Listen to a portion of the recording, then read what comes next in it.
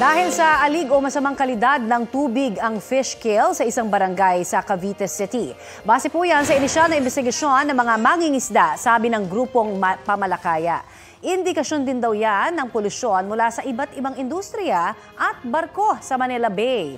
Iniimbestigahan na rin ng Bureau of Fisheries and Aquatic Resources o BFAR ang sanhi ng fish kill. Ilang araw nang hindi nakakapalaot ang mga mangingisda at nagkakasakit na rin po ang ilang bata dahil sa amoy. Mahigit 200 sako na ng patay na isda ang nahakot. At update po tayo sa epekto ng fish kill na yan sa Cavite City. Nakasalang sa Balitang Hali ang Chief Information Officer ng Bureau of Fisheries and Aquatic Resources na sina Zer Briguera. Magandang umaga po at welcome sa Balitang Hali. Yes, magandang umaga po, Sir, Ma'am Connie, at sa lahat ng nakasubaybay na inyong programa. Yes, sir. Magandang umaga. Ang unang tanong, syempre, tukoy na ho ba ang fish kill? Sanhi po nito?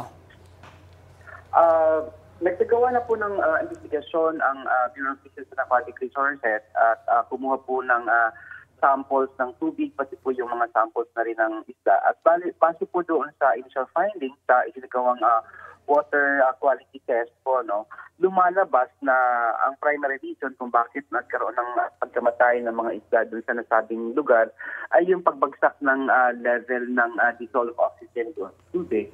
At nakita rin po doon sa analysis na mataas po yung level din ng ammonia nitrogen.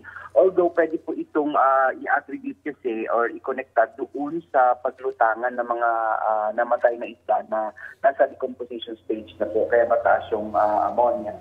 So sa ngayon po patuloy pa rin ang ginagawang iba pang mga analysis ng BFAR kasi tinitingnan na posible rin po na tumaas yung algal bloom.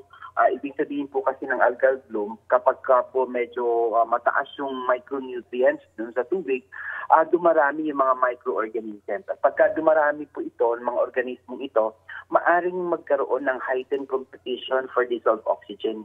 Bumababa yung level ng oxygen, kaya nangangamatay yung mga isda. Okay, pero sa inyo pong assessment, gaano na ho ba kalawak kaya itong epekto ng fish kill na ito? So ngayon po, ang estimate natin na sa 7 tons po ang mga nahakot ng itong mga patay na black chin tilapia. Gusto namin po natin linawin na ito pong black chin tilapia ay hindi po ito yung farm tilapia, Hindi po ito katulad ng mga nabibili natin sa palengke. Kahit din lamang po ng tilapia ito. Pero hindi po ito yung mga nakikita natin at nabibili sa palengke. At in terms of commercial value, halos hindi po naman po ito pinapansin ng ating mga mangisda dyan sa area na yan. Kasi hindi mababa po ito ang commercial value nito. Kasi mababa ang flesh retention nung isdang ito. Okay, pero meron din ho ba kayo kahit na sinasabi nyo nga hindi ito yung masyadong pinapangisda ho ng ating mga mangingisda, meron pa rin ho bang kailangang tulong na maibigay naman po sa kanilang mga naapektuhan po nito?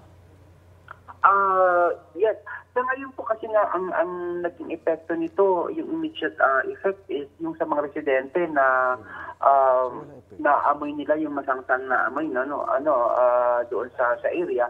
In fact, yung sa kanila ay na-evacuate na. And we're very happy to note na ang local government units ay nagsagawa agad ng mga agent immediate response, relief operations. But as with the Bureau of Fisheries and Aquatic Resources po, ma'am, we are in close coordinations with the LGU kung ano yung pwedeng maitulong in terms of livelihood dun sa ating mga mangisda. Pero just like what I've said, yung impact po nito kasi medyo mababa naman po itong commercial value ng mga isdang ito po na Alright. Okay. Ginoong Briguera, nabanggit mo nga medyo mababa yung commercial value, pero posible ba itong makaapekto sa supply at presyo ng isda? Yung madama, yung iba pang klase ng mga isda?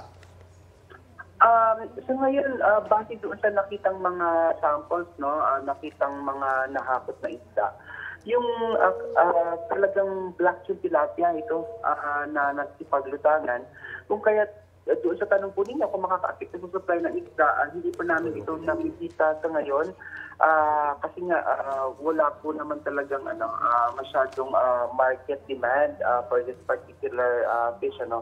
So generally speaking, ito pong incidenteng ito ay hindi makaka-apekto. Pero may sinasabi rin po kasi kahit pa paano ang insidente. Ibig sabihin, kailangan natin tingnan yung integrity talaga ng ating patubigan.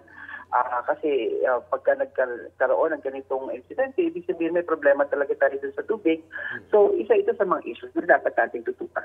Okay. Maraming salamat, Nazer Briguera, Chief Information Officer ng BFAR.